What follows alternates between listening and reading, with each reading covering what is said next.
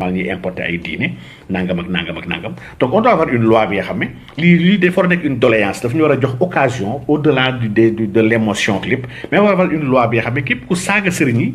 mais war la mën a teg ay daan ba 10 ans de prison avec des amendes képp ku partagé saaga yooyu jàpp ko di ko véhiculer di ko vulgariser di ko joxe ñëpp gis ko ñëpp gis saaga bi mais ñi teg ay daan yu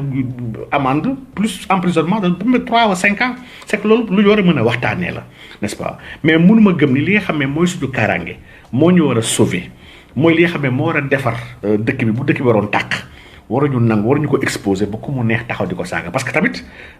monde bi ñu jëm nii man dama gis décennie bii ñu jëm saaga yi dina gën a bëri ndax kuréel yu bëri dañoo taxaw bëgg jël tarixa yi def leen ligne de mire tarixa yi nag man dama jàpp ni elles sont parfaites loolu mooy sama gëm-gëm les fondateurs de ces tarixa là ils sont exceptionnels ñi ay góor yàlla lañu dans les tarixa actuellement talibé nag y a beaucoup de vauriens yi fa nekk yoo xam ne warul tax nag ñu jël tarixa yi xas leen saaga warul tax ñu jël sëriñ yi leen tuutil n'est-ce pas balaa tarixa yi si diine la njëkkee diine bi ñu bëri ñu ngi woote diine l'islam waaye kenn gënu leen nekk vaurien ci seen melokaan taru warul tax ni saaga ci yonent bi wala ñuy xas alxuraan la ñu tudd wala ñuy saaga yàlla donc dafa am li nga xam ne kon tamit xel a ko war a mottali donc le procureur s'autosaisit quand on insulte un ministre wala quand on insulte le président wala quand on insulte sax une institution noonu la ñu war a am benn autosaisine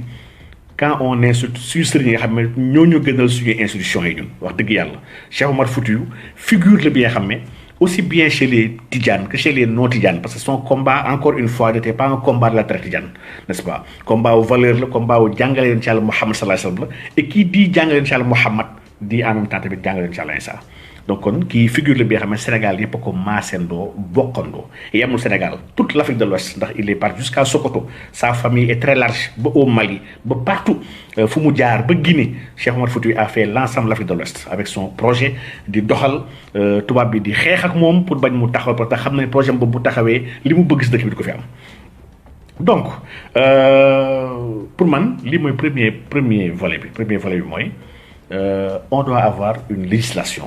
parce que lii moom mooy gage la paix de notre pays paix dafa am solo trop te ñu ko bëri ñu ko ñàkk ñoo xam dëgg-dëgg valeur am n'est-ce pas war nañ ci bàyyi xel wax dëgg yàlla donc au-delà de problème boobu problème histoire Sénégal la encore une fois chaque fois ñu ngi juum ci histoire Sénégal te loolu mu ngi yokk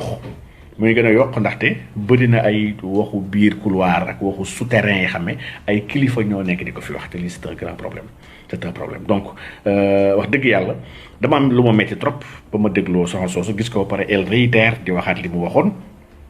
donc amaat encore lu ma metti ma gisee ay nit topp ko di ko saaga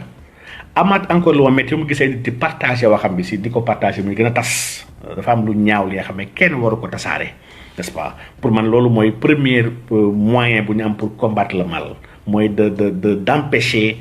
muy prospérer n'est-ce pas lu baax la ñu war a wasaare waaye lu bon war ñu ko wasaare di tontu Soxna Sos tamit di ko tontu ak ay saaga dama yow du jàngale incha allah Muhammad Soxna Sos nag moom dafa mel ni elle est dérangée parce que nee na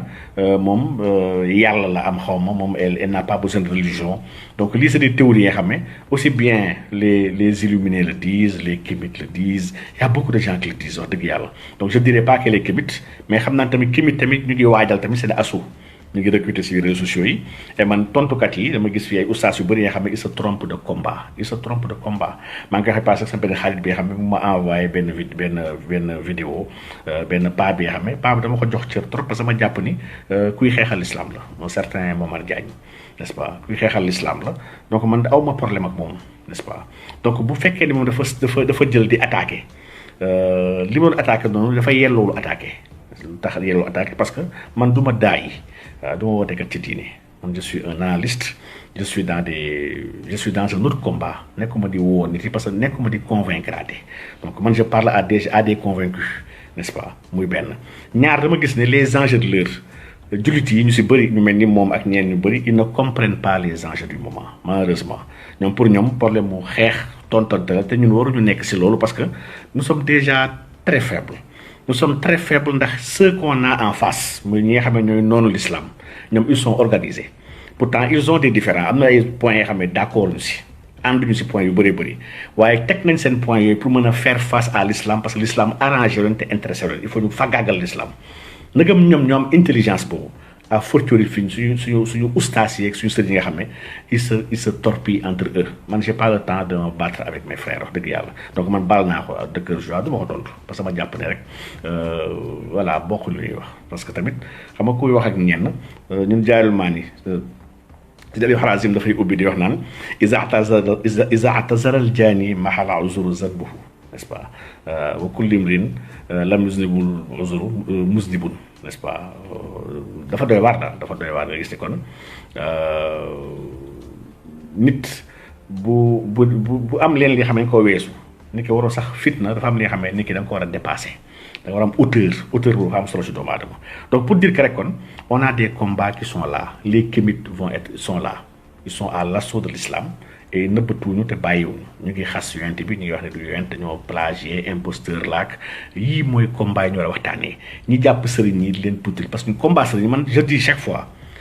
si même taxawaay laa taxaw ma ne ku taxaw xas sëriñ Touba man mi nga xas ku saaga Cheikh Amadou Seydi Hadji Malick wala ku saaga c'est que aw ma si xaj ak seen ku saaga archevêque Dakar bi sax wallahi azim man nga tooñ donc pour dire que niveau bi la yor a nekk par rapport ak ñiy xeex pas-pas ak ñi bëgg déstabiliser dëkk ndax attention encore une fois maa ngi koy wax lii mën na déstabiliser dëkk am na ay wax yoo xam ne mu ngi am ci wàllu tarixa ci wàllu diine mën na déstabiliser dëkk état nag comme d'habitude moom il est dans son rôle état buggul sax diine ñoom ñëpp ñu booloo nekk benn état buggu ko ndax état xam na force bu diine am te xam na ni bu leen bàyyee ñu booloo suñu sàgganee ils vont réclamer le pouvoir politique et soo ba aucun politicien du amati nguur état conscient de loolu xam nga maa ngi dégg histoire li jamonoy Senghor Cheikh Kounta sama benn xarit sax ma ko nettali maa ngi koy ziaraale bu baax a baax waa Ndiassane kilifa yi jamono boobu ñoom El Hadj Abdoul Aziz Dabakh n'est-ce pas ñoom Cheikh Sidi Kounta ak Serigne Thiénaba xaw ma ak institution 4 wala 5 kilifa yi nga xam ne ay xalif général la ñu nga xam ne ils sont retrouvés à Thiès toog waxtaan toog yendu ensemble ba ñu yendu boobu Senghor dafa woo gouverneur de Thiès laaj ko fan nga doon xoolee ba kilifa yi dajee ñoom toog waxtaan te yow yëguloo ko te xamoo lu ñu waxtaanee daf ko wàccee n'est-ce pas xam nga bu kon le pouvoir politique eggee foofu ñu gis ni kon diine bi am na si yi nga xam ne mu ngi waaj a yàqu am na si yi nga xam ne mu ngi am problème mais le pouvoir politique dafa aju mel ni comme gisul bàyyi il laisse faire dama ne c'est nitu diine yi ñoo war a jël sa responsabilité en main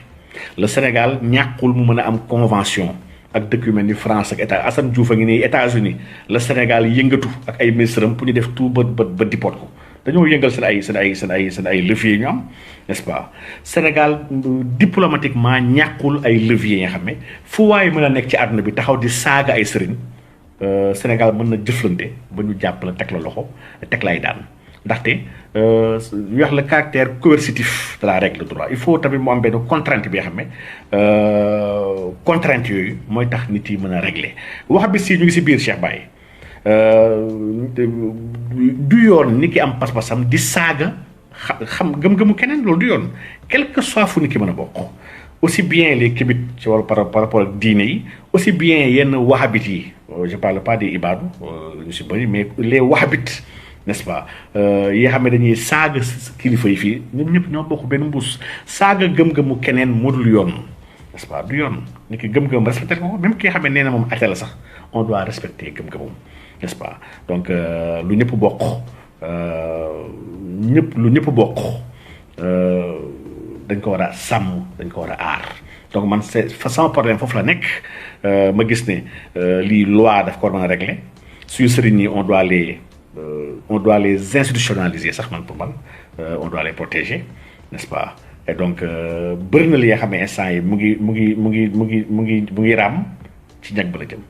buñ ci jugul pendant qu'il est encore temps on peut avoir des problèmes par rapport à ça et nag problème ku xam lan mooy problème ak ku mën a ku jàngat dëkk yu am problème wallahi di nga fexe góorgóorlu ba sa problème yooyu bañ a teer sa dëkk donc lii daal macha allah nekkoon na lu ñu metti loolu wax dëgg yàlla ñu bëggoon si ñëw waxtaan ci di leen ziar bu baax a baax Ndiouga Nayel Tidjou Briane ñu ngi leen di ziar bu baax a baax waaw alors ñaa sur le code de la famille sëriñ yi sax dañ leen war parce que sur le code de la famille sëriñ yi dañoo déggoo ba defal une commission le conseil supérieur islamique maanaam le CSI jëloon nañ sax def njiit bi jamono boobu Thierno Seydou Nourou Tall lañ defoon njiit gi n'est-ce pas donc ñoom El Hadj Abdou mu ngi woon ci biir commission boobu ak kilifa diine yëpp ñoom Cheikh Ibrahima Niass ñoom tout le monde bu kilifa diine Sénégal bi yëpp ñëpp a ci bokkoon waaye état bi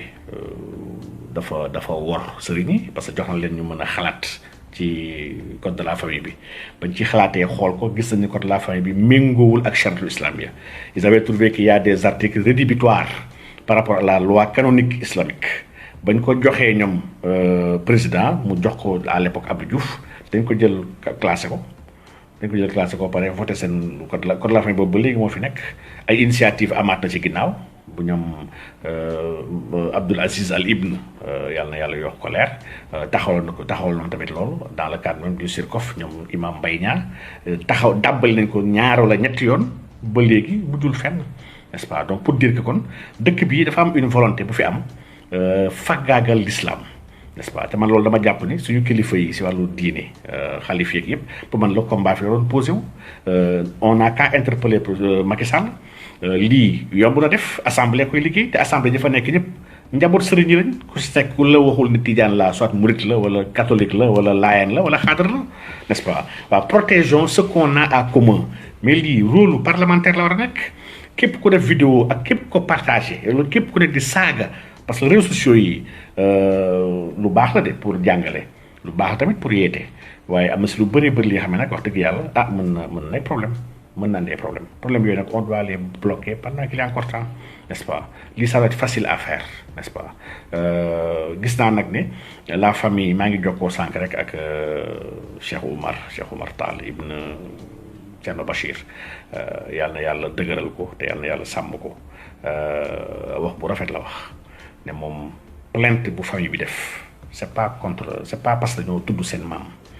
mais moom avocat wu mboolee mi kilifa diine Sénégal yi la, n'est-ce pas. te gis na di yoon kooku dëkk dafa am nu muy doxee def na wareefam ndax lii commencé am ni du yoon te effectivement man dama gis ne saaga yi ni ki commencé saaga ne na kii dafa def guerre nangam buñ ci paree si yéen sëriñ lañ jëm moo dinaa gis ay dof yoo xam ne ñoo jàpp di retaan parce que ne man du sama sëriñ tijaan la ñuy saaga détrompez-vous du problème bu tijaan ak problème murit ak problème xaatar, n'est-ce pas. donc ñii bu ñu paree si ñee na ngi ñëw ci seen ay kilifa la ñuy dal, n'est-ce pas. des sa tuuti saagante ndey parce que damay xool leen jamono bi sociologie réseaux sociaux yi mais taxaw di saaga ndey ouvertement à visage découvert say lii war nañu jàngal daf ñu war a jàngal ñun ñëpp lii c'est extraordinaire de. donc vulgarité bi nit yi fu ñu egg ci vulgarité ci daggal nit daggal ko ay ndey yu amul fenn daggal ay kilifa où est passé le respect, où est passé le respect des anciens di saaga sax ba ki nga xam ne dafa làqu ki nga xam ne faatu na yàgg na ça lii moom lii sociologiquement dañ ko war a analyser par rapport à une transformation sociale bi nga xam ne que nous sommes en train de vivre instant yi doy na waar daal doy na waar trop. yàlla suturaal yàlla dooli tawfiix yàlla dooli jàmm insha allah rabbi. wax dëgg yàlla am nañ mbégte loolu nag wax dëgg yàlla si dikkaat fii ak yéen xam naa ni temps yi moom naa def benn live sax insha allah par rapport ak kémiti par rapport ak le kémitisme ak surtout le panafricanisme ndax gis naa dañuy jaawatale ñaari te ñaari ñu benn ils sont pas pareils, n'est-ce pas. donc diine yi volonté bu ñu am pour mën a tas diine parce que lii volonté la ils ont lancé kémitisme ñu ko lancé c'est un courant presque polythéiste la c'est un courant bi xam ne les francs-maçons sont derrière aux États-Unis, n'est-ce pas. ce sont les mêmes ñoo lancé la libre pensée, n'est-ce pas, avec seen ay congrès ñu am donc en Europe ak fépp. donc lii yëpp c'est des volontés de déstabiliser parce que société bi ñu bëgg tabax ci àdduna bi c'est une société sans Dieu, n'est-ce pas, une société sans religion la ñu bëgg. dañuy wax ne religion warul am, l'unique religion bu république war a am ñoom ñoo jàpp ne c'est la laïcité, n'est-ce pas. donc ñoom ils sont en harmonie ak seen wax depuis le début, n'est-ce pas. ñun ñoo war a bàyyi xel bu baax a baax seen ay programme